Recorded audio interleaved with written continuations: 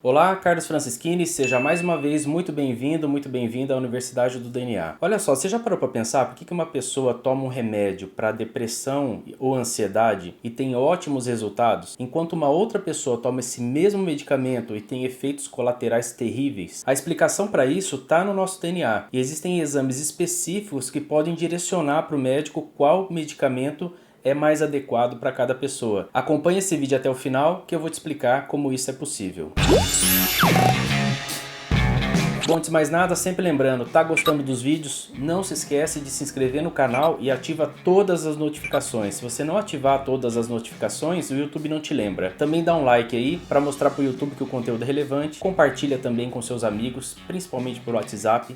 E não se esqueça de seguir a Universidade do DNA lá no Instagram também. Bom, como eu disse na introdução, certamente você já ouviu alguém dizer que determinado remédio para ela é milagroso e uma outra pessoa tomando esse mesmo remédio dizer que para ela esse medicamento tanto faz, que é a mesma coisa que tomar água que não tem efeito nenhum. Para entender por que esse tipo de comportamento é tão comum, é preciso saber que quando você toma um determinado medicamento, ele vai ter que atingir uma concentração específica no seu plasma, na sua corrente sanguínea. E essa concentração ela precisa ser mantida por todo o tempo que você está tomando aquele medicamento. Porém, naturalmente, essa concentração não vai se manter estável, porque existem enzimas específicas, principalmente no fígado, que têm como principal função metabolizar os fármacos. Dessa forma, o ciclo esperado para um remédio, para um medicamento dentro da sua corrente sanguínea é como esse gráfico que eu vou mostrar aqui para você agora, dá uma olhada. Veja que após ingerir o remédio, ele aumenta a concentração na corrente sanguínea, atinge o máximo e depois essa concentração vai diminuindo até que ele seja totalmente eliminado do seu organismo. É devido a esse tipo de perfil de metabolização que você recebe uma receita do médico dizendo que aquele medicamento tem que ser tomado a cada 6 horas, a cada 8 horas, a cada 12 horas. Então significa que seria o período do tempo que o seu organismo estaria eliminando aquele medicamento. Então você tomando durante o tratamento dentro daquela prescrição, dentro daqueles horários, é garantido que a manutenção daquela concentração plasmática, que é a concentração terapêutica. Veja que no papel e na teoria a coisa é muito simples, em tese deveria funcionar dessa forma, porém na vida real não é muito assim não. Eu vou dar um exemplo aqui de uma situação rotineira que acontece quando alguém vai no psiquiatra. Durante a consulta, ele te avalia e faz várias perguntas para entender os sintomas que você apresenta, né? Então ele chega a uma hipótese que você pode estar com depressão, ou ansiedade, ou transtorno bipolar, etc. Aí você sai da consulta com uma receita, né, com uma prescrição de um medicamento, e o médico pede para você retornar daqui 20 ou 30 dias para ele saber como é que foi o desenvolvimento desse tratamento inicial. Durante esse período, algumas possibilidades vão acontecer. Os sintomas vão desaparecendo e a pessoa vai percebendo que ela melhora a cada dia. 2, a pessoa pode sentir sensações desagradáveis que ela não sentia antes de tomar o remédio. Aí ela sente que melhorou em algumas coisas, mas piorou em outras. São os efeitos colaterais. E 3, a pessoa não sente melhora nenhuma, continua sentindo os mesmos sintomas que estava antes do medicamento, ou seja, parece que nem medicamento está tomando. A explicação para esses 3 comportamentos que eu citei podem estar em genes relacionados à metabolização dos medicamentos. Ou melhor, a explicação para isso pode estar nos polimorfismos existentes nos genes relacionados à metabolização desses medicamentos. Aqui eu queria fazer uma pausa e eu vou te indicar aqui 2 vídeos que eu já falei sobre a diferença de mutações e polimorfismos, tá? Se esse termo polimorfismo não é muito familiar para você, eu sugiro muito que você assista esses 2 vídeos para que fique muito claro, tá? Existe uma diferença em a gente falar de mutação e polimorfismo. Voltando aqui ao nosso assunto, uma classe de enzimas que está diretamente relacionada à metabolização de psicofármacos são as enzimas do citocromo P450. Elas se encontram prioritariamente no fígado, mas também em outros órgãos, tá? Mas prioritariamente no fígado, e recebem nomes que sempre começam com CYP. Então tem CYP2D6, CYP3A4, CYP3A5, CYP2C9, CYP2C19 e por aí vai. Tem muitas enzimas relacionadas ao citocromo P450. Todos nós, eu, você, todo mundo tem esses genes no seu material genético, porém eles são extremamente polimórficos. E quando eu digo que eles são extremamente polimórficos, eu quero que você entenda que existem dezenas de variações desses genes entre os indivíduos da população. Ou seja, as minhas 2 versões do gene CYP2C19, por exemplo, podem ter nucleotídeos que são diferentes das suas 2 versões. E o mais importante é que essas diferenças nos nucleotídeos das suas 2 versões e das minhas 2 versões podem ou não afetar o funcionamento da enzima produzida por esses genes. E os resultados possíveis para essas alterações são: a enzima gerada pode ter função normal, a enzima gerada pode ter função parcial, a enzima gerada pode não ter função, ou a enzima pode até mesmo nem ser produzida, isso dependendo aí de onde essas variações de nucleotídeo ocorrem dentro do gene. Lembrando então que você tem duas cópias para cada gene, uma do seu pai e da sua mãe, a gente sempre tem que trabalhar então que você recebeu, né, por herança esses genes, então a gente tem o resultado da combinação dos dois, e elas podem ser diversas. Você pode ter dois alelos de função normal, um alelo normal e outro sem função, por exemplo, dois alelos sem função, dois alelos com função reduzida e por aí vai. Existem várias combinações possíveis, considerando que eles são extremamente polimórficos. E aí, dependendo das combinações desses dois alelos para um gene relacionado à metabolização de fármacos, a gente tem fenótipos de metabolização específicos. As classificações são as seguintes: a pessoa pode ser um não metabolizador, então ela produz enzimas que não são funcionais ou nem produz enzimas que vão metabolizar aquele fármaco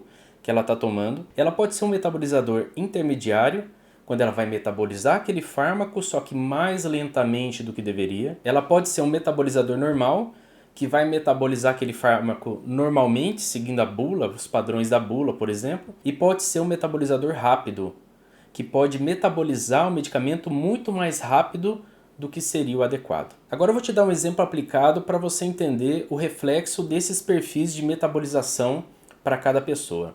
A fluoxetina é um psicofármaco clássico que é prescrito em casos de depressão e ansiedade. Quando a pessoa vai no psiquiatra e sai com uma prescrição para esse psicofármaco, o médico coloca ali as quantidades e intervalos de hora que são praticamente padrão, seguindo mais ou menos o que está a bula, para ver como o paciente dele vai se comportar ao longo do tratamento. A fluoxetina, guarda isso com você, ela é prioritariamente metabolizada pelo gene CYP2D6. Então vamos colocar um cenário que, independente da pessoa, ela sai com a mesma prescrição do psiquiatra para esse medicamento, para a fluoxetina. Na prática, olha o que vai acontecer. Nos metabolizadores rápidos, a fluoxetina vai ser metabolizada muito mais rapidamente do que é o esperado. Dá uma olhada no gráfico que eu estou mostrando aqui. Essa faixa cinza é a concentração terapêutica, ou seja, o intervalo de concentração que ocorre o efeito do medicamento. Veja que nesses indivíduos a metabolização é tão rápida que não dá tempo da droga atingir a concentração terapêutica. Essas pessoas são aquelas que depois vão falar que tomaram a fluoxetina e não aconteceu nada. Foi como água. E de fato elas estão certas, porque dentro da prescrição, dentro da normalidade de prescrição, elas não atingiram a concentração para o medicamento ter efeito. Agora dá uma olhada no gráfico que eu vou mostrar os metabolizadores normais. Veja que aí funciona como esperado, como está no papel. A pessoa toma o medicamento, a concentração sobe até atingir um intervalo terapêutico, depois ela vai decaindo, então antes dela decair, ela vai tomar outro comprimido de 6 em 6 horas, de 8 em 8 horas, e assim ela vai conseguir manter a concentração que o medicamento faz efeito por todo o tratamento. Essas pessoas vão ser beneficiadas do efeito da fluoxetina. Os metabolizadores intermediários, a coisa já muda um pouco. Olha o gráfico. Veja que como ela metaboliza mais lentamente, quando ela toma o medicamento, a concentração vai acima da concentração terapêutica. E ao longo do tratamento isso se mantém, porque ela vai tomar no intervalo de 6, 8 ou 12 em 12 horas, e ela sempre vai manter uma concentração do medicamento acima da desejada. Essas pessoas podem ter resposta pelo medicamento, mas já podem experimentar efeitos colaterais. Mas o maior problema de todos são os não metabolizadores. Dá uma olhada no gráfico para você ver o que acontece.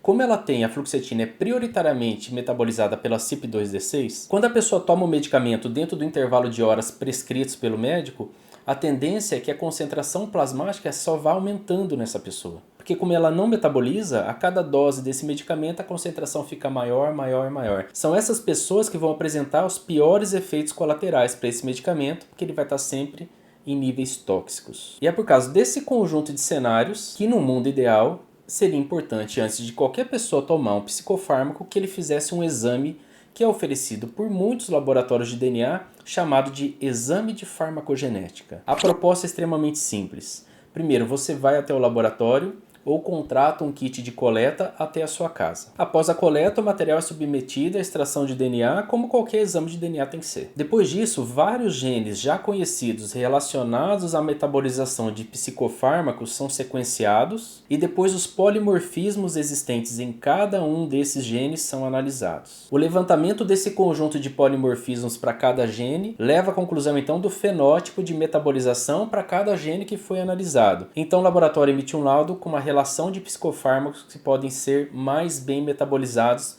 para aquela pessoa. O exame de farmacogenética é um exemplo muito aplicado do que a gente chama de medicina personalizada, ou medicina de precisão. Cada pessoa é única, logo o seu material genético também é único e o seu tratamento também tem que ser único. É assim que funciona essa linha. Agora eu vou te mostrar como seria a linha ideal de atuação do médico a partir do momento que ele recebe um laudo como esse, tá? Vamos pegar um psicofármaco fictício onde a dose padrão sejam de 2 comprimidos a cada 8 horas, por exemplo. Se no laudo que ele tem em mãos diz que aquela pessoa, que o paciente dele é um não metabolizador para esse psicofármaco, a recomendação obviamente é que ele não utilize esse psicofármaco e opte por outro que esteja na relação do laudo, no qual ela é metabolizadora. Se o paciente dele for um metabolizador intermediário e o médico mesmo assim acreditar que pode ser benéfico, o que ele pode fazer ao invés de dar 2 comprimidos, ele começar naquele paciente com um comprimido e meio, que a gente sabe que se ele tomar a dose padrão, ou seja, 2 comprimidos, vai ficar acima do intervalo terapêutico e aquela pessoa vai poder ter efeito colateral. Se a pessoa é um metabolizador normal para esse medicamento, o médico vai prescrever 2 comprimidos. E se aquela pessoa for um metabolizador rápido, 2 comprimidos não serão suficientes para atingir o intervalo terapêutico, então o médico pode iniciar o tratamento com 3 comprimidos, por exemplo. Esse tipo de exame já é uma realidade no Brasil, existem vários laboratórios que oferecem ele. Se você sofre de algum problema como esse, ou conhece alguém que sofra, não acerta o psicofármaco, sempre tem efeito colateral, pede para essa pessoa ir no médico psiquiatra e solicitar esse exame de farmacogenética. Eu tenho certeza que isso vai ser muito útil para achar o medicamento adequado. Eu espero que você tenha gostado desse vídeo, outros vídeos virão sobre esse tema.